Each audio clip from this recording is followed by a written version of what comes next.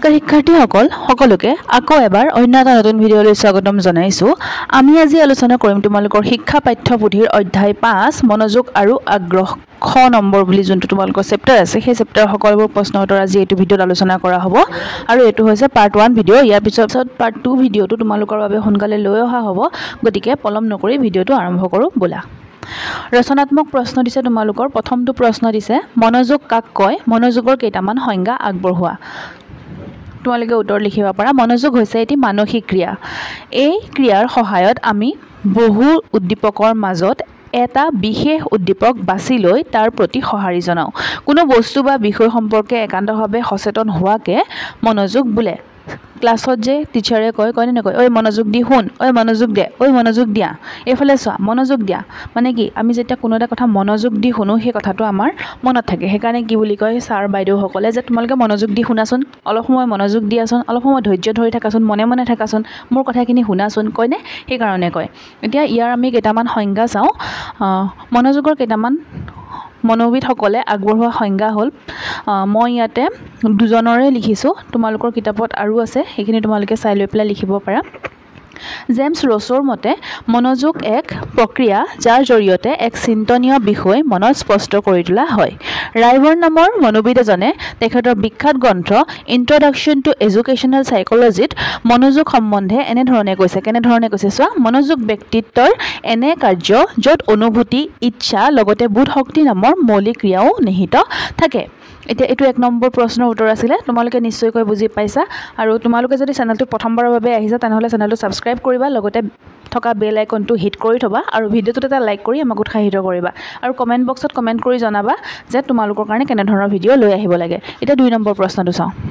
2 number প্ৰশ্নটোত তোমালোকক সুধিছে মনোযোগৰ কেইটামান মন কৰিবলগীয়া বৈশিষ্ট্যৰ বিষয়ে লিখা। উত্তৰত তোমালোকে লিখিব পাৰা। মনোযোগৰ কেইটামান মন কৰিবলগীয়া বৈশিষ্ট্য হ'ল নম্বৰ 1, মনোযোগ মনৰ শক্তি নহয়, ই এক মানসিক ক্ৰিয়াহে। মনোযোগ কি হয়? মনোযোগ এক মানসিক ক্ৰিয়া হয়। 2 নম্বৰতে লিখিব পাৰা মনোযোগৰ ক্ষেত্ৰত সচেতন মনক পৰিৱেশৰ কোনো বিষয় বা বস্তুৰ ওপৰত আৰোপিত কৰা হয়। আমাৰ যোনটো সচেতন মন থাকে, আমি যেতিয়া সক্ৰিয় হৈ থাকোঁ তেতিয়া আমি কোনো এটা বস্তুৰ ওপৰত বা কোনো এটা বিষয়ৰ ওপৰত কি কৰোঁ, আমাৰ মনটো আৰোপিত কৰোঁ, তাকে মনোযোগ বোলে। 2 নম্বৰটো। 3 নম্বৰটো আমাৰ পঞ্চেন্দ্ৰিয়ৰ প্ৰভাৱিত কৰা সকলো বিষয়ৰ প্ৰতি মনোযোগ প্ৰদান কৰা নহয়। মনোযোগ এটা সময়ত এক বিশেষ বস্তু বা বিষয়ৰ ওপৰতহে নিবদ্ধ কৰা হয়। আমাৰ যি মনোযোগ, আমি সেই মনোযোগ একে সময়তে বহুতখিনি ক্ষেত্ৰত বহুতখিনি বেলেগ বেলেগ বস্তুৰ ওপৰত আমি সেই মনোযোগ লগাব নোৱাৰোঁ। আমি মনোযোগ মাত্ৰ নিৰ্দিষ্ট সময়ত নিৰ্দিষ্ট এটা বস্তুৰ ওপৰতহে লগাব পাৰোঁ। তাৰপিছতে নিৰ্বাচন ধৰ্মিতা মনোযোগৰ এক বিশেষ বৈশিষ্ট্য। মনোযোগ প্ৰদানৰ বাবে মনে সদায় এক বিশেষ বিষয় বা বস্তু নিৰ্বাচন কৰি লয়। মনে যিকোনো এটা বস্তুতহে মনোনিৱেশ কৰে বা মনোযোগ দিয়ে আৰু সেই বিষয়টো বা বস্তুটো কি কৰে, মনে নিজেই নিৰ্বাচন কৰি লয়। তাৰপিছতে মনোযোগৰ সহায়ত মানুহৰ কৌতূহল পূৰণ হয়, কাৰণ ব্যক্তিক অনুসন্ধান কাৰ্য সহায় কৰে। সেইকাৰণে অনুসন্ধান ধৰ্মিতা মনোযোগৰ এক বৈশিষ্ট্য বুলি গণ্য কৰিব পাৰি বা গণ্য কৰে। চোৱা, আমাক ছাৰ বাইদেউসকলে যিমানে নকওক কি এইফালে চোৱা, এইফালে মন দিয়া, মোৰ কথাটো গুৰুত্ব দি শুনা, কিন্তু তথাপিতো কি হয়, আমি বাহিৰত যদি কোনোবাই খেলি থাকে আমি সেইফালেহে চাই থাকোঁ, হয় নহয়? বাহিৰত যদি কিবা এটা কাম হৈ থাকে আমি সেইফালেহে চাওঁ, আমাৰ মনোযোগটো সেইফালেহে যায়। আমাৰ মনোযোগটো এইফালে যে পঢ়াই আছে ইয়ালৈ আমাৰ মনোযোগটো নাহে। গতিকে কি বুলি কৈছে যে মনোযোগ দিবৰ হ'লে মনোযোগটো কি হয়, মনে নিজেই নিৰ্ধাৰণ কৰি লয়। ইয়াৰ পিছতো প্ৰশ্ন চাওঁ। 3 নম্বৰ প্ৰশ্নটো তোমালোকক কৈছে উদাহৰণসহ ব্যাখ্যা কৰা। 3 নম্বৰ তোমালোকক উদাহৰণসহ ব্যাখ্যা কৰিবলৈ দিছে। ক নম্বৰতে দিছে ভাৱাত্মক আৰু সংবেদনাত্মক মনোযোগ। উত্তৰ তোমালোকে লিখিব পাৰা কোনো ভাৱ, চিন্তা, অনুভৱৰ প্ৰতি যি মনোযোগ দিয়া হয় তাকেই ভাৱাত্মক মনোযোগ বোলে। কোনো এটা ভাৱ বা কোনো এটা চিন্তাৰ প্ৰতি যেতিয়া আমি মনোযোগ দিওঁ তেতিয়া সেইটোকে কি বুলি কোৱা হয় বুলি কৈছে, ভাৱাত্মক মনোযোগ বুলি কোৱা হয় বা ভাৱাত্মক মনোযোগ বোলে। যেনে কোনো এটা নতুন কামৰ বাবে চিন্তা কৰা বা কোনো নতুন বস্তু আৱিষ্কাৰৰ প্ৰতি ব্যক্তিজনৰ মনোযোগ। মানে আমি যেতিয়া নতুন কথাবোৰ চিন্তা কৰোঁ, আমি ধৰা এতিয়া তোমালোকে ধৰা পঢ়ি আছা, পঢ়াৰ কাৰণে তোমালোকে কুৱেশ্যন আনচাৰবোৰ মানে মনতে ভাবিছা যে মই এইটো এনেকৈ কৰিম বা এনেকৈ কৰিম, মানে নিজে নিজে মনতে ভাবি লৈ পেলাই তোমালোকে নিজাববীয়াকৈ কৰিছা, চিন্তা কৰিছা, তেতিয়া আমি কি কৰোঁ বুলি কৈছে, তেতিয়া ভাৱাত্মক মনোযোগৰ আমি ব্যৱহাৰ কৰোঁ বুলি কৈছে। তাৰপিছত আনহাতে যি মনোযোগ ইন্দ্ৰিয়ৰ সহায়েৰে প্ৰদান কৰা হয় তাকে সংবেদনাত্মক মনোযোগ বোলে। যেনে এখন ছবিৰ প্ৰতি ব্যক্তিৰ যি মনোযোগ, যেতিয়া এখন ছবি আঁকি থাকিবা তোমালোকে, তেতিয়াহ'লে তোমালোকে কি কৰিবা যে ছবিখন প্ৰথমতে কেনেকৈ আমি ষ্টাৰ্ট কৰোঁ, তাৰপিছত কেনেকৈ আমি শেষ কৰিম, গোটেইবোৰ কি কৰিম আমি নিজৰ হাতেৰে আঁকিম, হয়নে নহয়? আমি চকুৰে চাম, তাক মনোযোগ আমি কেনেকৈ দিম, চকুৰে চাম, হাতেৰে আঁকিম, তেতিয়া আমাৰ সেইটো কি হ'ব বুলি কৈছে, সেইটো সংবেদনাত্মক মনোযোগ হ'ব। তাৰপিছত বিশ্লেষণাত্মক আৰু সংশ্লেষণাত্মক মনোযোগ। উত্তৰত লিখিব পৰা, যেতিয়া কোনো এটা বিষয়বস্তুৰ ওপৰত সকলো দিশ বিচাৰ কৰি মনোযোগ নিবদ্ধ কৰা হয় তাকেই বিশ্লেষণাত্মক মনোযোগ বোলে। উদাহৰণস্বৰূপে কাপোৰ এযোৰ ক্ৰয় কৰাৰ সময়ত দাম, কাপোৰৰ গুণাগুণ, ৰঙৰ সংমিশ্ৰণ আদি সকলো দিশলৈ মনোযোগ প্ৰদান কৰাটো বিশ্লেষণাত্মক মনোযোগ। আনহাতে কোনো বস্তুৰ সামগ্ৰিকভাৱে মনোযোগ দিয়া হয় তেতিয়া তাক সংশ্লেষণাত্মক মনোযোগ বোলে। যেনে এখন ছবি নিৰীক্ষণ কৰোঁতে বিভিন্ন দিশ পৃথক হিচাপে পৰ্যবেক্ষণ নকৰি যেতিয়া একক হিচাপে ছবিখন প্ৰতি মনোযোগ দিয়া হয় তেতিয়া তাক সংশ্লেষণাত্মক মনোযোগ বোলে। যেনে এখন চাইকেল আমি সামগ্ৰিকভাৱে চাওঁ, হয় নহয়? আমি তাৰ প্ৰতিটো পাৰ্ট নাচাওঁ, কিন্তু বিশ্লেষণাত্মক মনোযোগ যেতিয়া আমি এযোৰ কাপোৰ কিনো, কাপোৰযোৰত কিবা ফাটি আছে নেকি, কিবা দাগ লাগি আছে নেকি, হয় নহয়? আৰু আমি কি কৰোঁ যে মোলে চুটি হ'ব নেকি, মোলে সৰু হ'ব নেকি, মোলে ডাঙৰ হ'ব নেকি, আমি সেই সকলোবোৰ দিশ চালি জাৰি চাওঁ। গতিকে যেতিয়া আমি চালি জাৰি পেলাই আমি সকলোবোৰ দি চাম, সেইটো হ'ব বিশ্লেষণাত্মক মনোযোগ। তেতিয়া আমি বিশ্লেষণাত্মক মনোযোগৰ প্ৰয়োগ কৰোঁ। আৰু যেতিয়া আমি সামগ্ৰিকভাৱে এটা বস্তু চাওঁ, এগৰাকী ছোৱালীক চাওঁ বা এজন ল'ৰাক চাওঁ বা আমি এজোপা গছ চাওঁ বা এখন চাইকেল চাওঁ, তেতিয়া আমি কিহৰ ব্যৱহাৰ কৰোঁ, আমি সংশ্লেষণাত্মক মনোযোগৰ ব্যৱহাৰ কৰোঁ। আমি পিছৰটো প্ৰশ্ন চাওঁ। 4 নম্বৰ প্ৰশ্ন তোমালোকে সুধিছে আগ্ৰহ কি, ইয়াৰ বৈশিষ্ট্যসমূহ উল্লেখ কৰা। উত্তৰ তোমালোকে লিখিব পৰা, আগ্ৰহ হৈছে মনোযোগৰ সবাতোকৈ প্ৰয়োজনীয় আৰু আভ্যন্তৰীণ কাৰণ। আগ্ৰহে আমাক মনোযোগ প্ৰদানৰ বাবে উৎসাহ প্ৰদান কৰে, তাকে আগ্ৰহ বোলে। আগ্ৰহে আমাক কি কৰে, আমাক কোনো এটা বস্তুত মনোযোগ দিবৰ কাৰণে আমাক উৎসাহ প্ৰদান কৰে। আগ্ৰহৰ বৈশিষ্ট্য হৈছে আগ্ৰহ মনৰ এক অন্তৰ্নিহিত অৱস্থা যি মনোযোগ প্ৰদানৰ বাবে ব্যক্তিক প্ৰেৰণা যোগায়। 2 নম্বৰতে লিখিব পৰা, আগ্ৰহ ব্যক্তিৰ নানান ধৰণৰ অনুভূতি জড়িত অভিজ্ঞতাৰ পৰা উদ্ভৱ হ'ব পাৰে। 3 নম্বৰতে তোমালোকে লিখিব পৰা, আগ্ৰহক মনোযোগৰ প্ৰধান কাৰক বুলি বিবেচনা কৰা হয়। আগ্ৰহক মনোযোগৰ প্ৰধান কাৰক হিচাপে বিবেচনা কৰা হয়। ইয়াৰ পিছত 5 নম্বৰ প্ৰশ্নটো তোমালোকক সুধিছে মনোযোগ আৰু আগ্ৰহ সম্বন্ধে বিচাৰ কৰা। তোমালোকে উত্তৰত লিখিব পাৰা যে মনোযোগ প্ৰদানৰ ক্ষেত্ৰত পৰিৱেশৰ কোনো বিষয় বা বস্তুৰ ওপৰত মনৰ সচেতনতাক নিবদ্ধ কৰা হয়। আগ্ৰহ মনৰ এনে এক অৱস্থা যি মনোযোগ গঢ় লৈ উঠাৰ ইন্ধন যোগায়।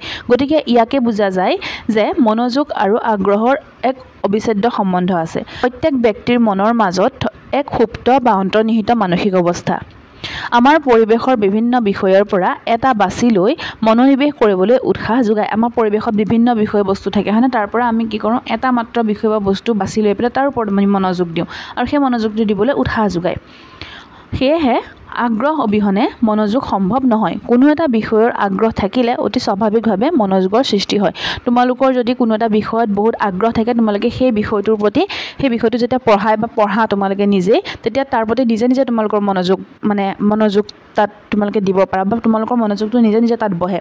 কোনোবা এজন টিচাৰে বহুত ধেমেলীয়াকৈ পঢ়ায় নহয়, থাকে নহয় তেনেকুৱা টিচাৰবোৰ খুব ধেমেলীয়াকৈ পঢ়ায়। সেই টিচাৰজনক ক্লাছটো কৰিবলৈ আমি কি কৰোঁ, সদায় আগবাঢ়ি যাওঁ, কাৰণ তেওঁ যোনটো পঢ়াব আমাক, তেওঁ যিখিনি বিষয় পঢ়ায় সেইখিনি আমাৰ মনত থাকি যায়, আমি সেইখিনি ভালকৈ মনোযোগ দি শুনো, হয়নে? কাৰণ আমাৰ ভাল লাগে। গতিকে আগ্ৰহ যেতিয়া আমাৰ থাকিব তেতিয়া আমাৰ মনোযোগৰো সৃষ্টি হ'ব। এতিয়া আমি পিছৰটো প্ৰশ্ন চাওঁ। 6 নম্বৰ প্ৰশ্নটো তোমালোকক সুধিছে আগ্ৰহ আৰু মনোযোগৰ শিক্ষা ক্ষেত্ৰত গুৰুত্ব সম্পৰ্কে আলোচনা আগবঢ়োৱা।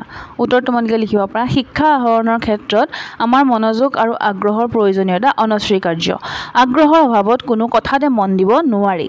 মনোযোগৰ অভাৱত কোনো কথা ভালদৰে শিকাটো সম্ভৱ নহয়। আমাৰ যদি মনোযোগেই নাথাকে আমি সেই কথাটো শিকিব পাৰিম জানো? কোনো কাৰণত নোৱাৰোঁ, হয় নাই? শিক্ষাৰ্থী মনত শিক্ষা বিষয়ৰ প্ৰতি আগ্ৰহ আৰু মনোযোগ সৃষ্টি কৰাই হৈছে শিক্ষকৰ প্ৰধান দায়িত্ব। আগ্ৰহে কামত সক্ৰিয়তা আৰু উদ্দীপনা জগায়। গতিকে কি উপায়েৰে শিক্ষাৰ্থীৰ মনোযোগ আকৰ্ষণ কৰিব পাৰে, তলত দিয়া কথাখিনি মনত ৰাখিলে প্ৰত্যেক শিক্ষকে তেওঁৰ শিক্ষাদান কাৰ্য অধিক ফলদায়ক কৰিব পাৰিব। যেনে প্ৰথমটো, শিক্ষাৰ প্ৰধান কেন্দ্ৰ হ'ল শিশু, গতিকে পাঠ্যক্ৰমো শিশুৰ উপযোগী হ'ব লাগিব।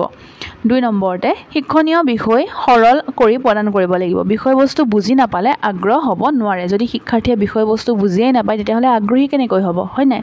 তাৰপিছত 3 নম্বৰটো, নতুন কথা এটা সদায় পূৰ্ব জ্ঞানৰ ভিত্তিত প্ৰতিষ্ঠিত কৰি শিকাব লাগে তোমালোকে আগতে শিকি অহা কথাবোৰ মানে কথাবোৰৰ আঁত ধৰি পেলাই কি কৰিব লাগে বস্তুটো শিকাব লাগে পাঠটো বুজাব লাগে 4 নম্বৰতে প্ৰেৰণা যোগাব পৰা এটা ডাঙৰ গুণ উপযুক্ত প্ৰেৰণা সৃষ্টি কৰিব পাৰিলে আগ্ৰহ বাঢ়ে 5 নম্বৰতে সুস্থ শৰীৰ আৰু মনে শিক্ষাৰ প্ৰভাৱ পেলায় গতিকে শিক্ষাৰ্থীৰ এই দুটা দিশৰ প্ৰতিও চকু দিব লাগে বা নজৰ দিব লাগে 6 নম্বৰতে উপমা দৃষ্টান্ত কবিতা আদিয়ে বিষয়বস্তু আকৰ্ষণীয় কৰে আৰু যিমান পাৰি এইবোৰ ব্যৱহাৰ কৰিব লাগে এইখিনি হৈছে আগ্ৰহ আৰু মনোযোগৰ ওপৰত শিক্ষা ক্ষেত্ৰত কেনে ধৰণে মানে গুৰুত্ব দিব লাগে সেইখিনিৰ ওপৰত তোমালোকে নিশ্চয়কৈ বুজি পাইছা পঢ়ি দিওঁতে আমি এপিছডৰ প্ৰশ্ন চাওঁ 7 নম্বৰ প্ৰশ্ন তোমালোকক সুধিছে তলত দিয়া উক্তি কেইটা ব্যাখ্যা কৰা প্ৰথমটো দিছে আগ্ৰহ মনোযোগৰ সুপ্ত অৱস্থা আৰু মনোযোগ আগ্ৰহৰ সক্ৰিয় অৱস্থা উত্তৰ তোমালোকে লিখিব পাৰা আগ্ৰহ মনোযোগৰ সুপ্ত অৱস্থা আৰু মনোযোগ আগ্ৰহৰ সক্ৰিয় অৱস্থা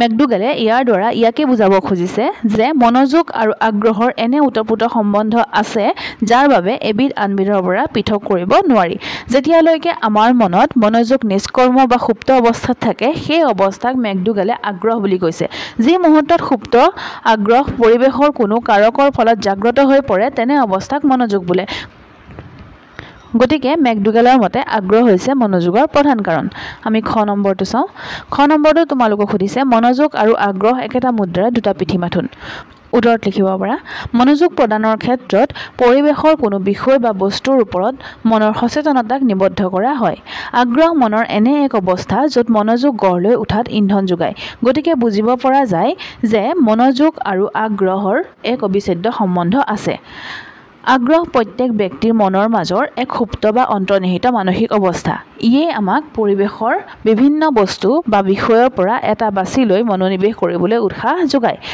সেয়েহে আগ্ৰহ অবিহনে মনোযোগ সম্ভৱ নহয় বুলি কোৱা হয় কোনো বিষয়ৰ প্ৰতি আগ্ৰহ থাকিলে অতি স্বাভাৱিকভাৱে প্ৰচেষ্টাবিহীনভাৱে মনোযোগৰ সৃষ্টি হয় পিছৰটো চাওঁ গ নম্বৰটো তোমালোকক আগ্ৰহ শিক্ষাৰ উপায় আৰু সমাপ্তিও ইয়াৰ ওপৰত লিখিব দিছে গতিকে তোমালোকে লিখিব পাৰা শিক্ষা ক্ষেত্ৰত বিশেষ গুৰুত্ব আৰু প্ৰয়োজনীয়তাৰ প্ৰতি লক্ষ্য ৰাখি মনোবিদসকলে মনোযোগ আৰু আগ্ৰহক শিক্ষা প্ৰক্ৰিয়াৰ উপায় আৰু সমাপ্তি বুলি অভিহিত কৰিছে যিকোনো ধৰণৰ ফলপ্ৰসূ শিক্ষণৰ বাবে ব্যক্তিৰ মানসিক সজাগতা আৰু ইচ্ছাৰ নিতান্তই প্ৰয়োজন আনহাতে কেৱল মনোযোগ আৰু আগ্ৰহেহে এনে মানসিক অৱস্থাৰ সৃষ্টি কৰিব পাৰে সেয়েহে মনোযোগ আৰু আগ্ৰহক শিক্ষা ক্ষেত্ৰত উপায় আৰু সমাপ্তি বুলি কোৱা হৈছে দাৰি এতিয়া আমি পিছৰটো প্ৰশ্ন চাওঁ পিছৰ প্ৰশ্নত তোমালোকৰ এইখিনি একেবাৰে শেষৰখিনি প্ৰশ্ন হয় তাৰপিছত ইয়াৰ আগৰ কিছুমান প্ৰশ্ন থাকি গ'ল সেইখিনি পাৰ্ট 2 ভিডিঅ'ত লৈ আহিবলৈ চেষ্টা কৰিম যদি পাৰ্ট 2 ভিডিঅ'টো তোমালোকক লাগে তেতিয়াহ'লে কমেণ্ট বক্সত কমেণ্ট কৰি জনাবা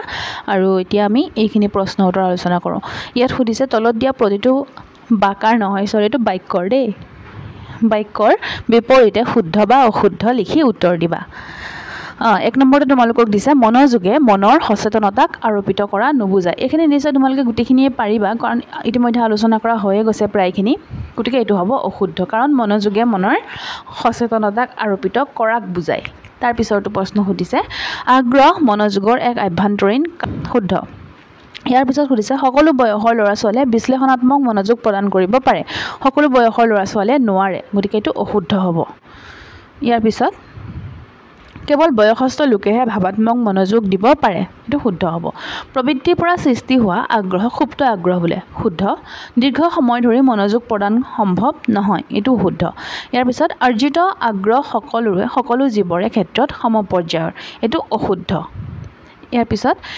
8 নম্বৰটো সুধিছে একে সময়তে দুটা বিষয়ত মনোযোগ দিব নোৱাৰি শুদ্ধ আগ্ৰহ স্থায়ী আৰু অস্থায়ী দুই ধৰণৰ হ'ব পাৰে এইটো শুদ্ধ মনোযোগ আৰু আগ্ৰহৰ মাজত কাটছিধে সম্বন্ধ দেখা যায় এইটো অশুদ্ধ কাৰণ আগ্ৰহ আৰু মনোযোগৰ মাজত প্ৰায় ওতঃপ্ৰোত সম্বন্ধ আছে গতিকে ভিডিঅ'টো আজি ইমানলৈকে আছিলে গতিকে ভিডিঅ'টো চাই কেনে পালা তোমালোকে কমেণ্ট বক্সত নিশ্চয়কৈ লিখি জনাবা আৰু পাৰ্ট 2 ভিডিঅ'টো লাগে নাই সেইটো কমেণ্ট বক্সত লিখি জনাই দিবা আৰু তোমালোকে কমেণ্ট কৰাৰ পিছত পাৰ্ট 2 ভিডিঅ'টো লৈ অহা হ'ব গতিকে ভিডিঅ'টো ইমানলৈকে চোৱাৰ বাবে বহুত বহুত ধন্যবাদ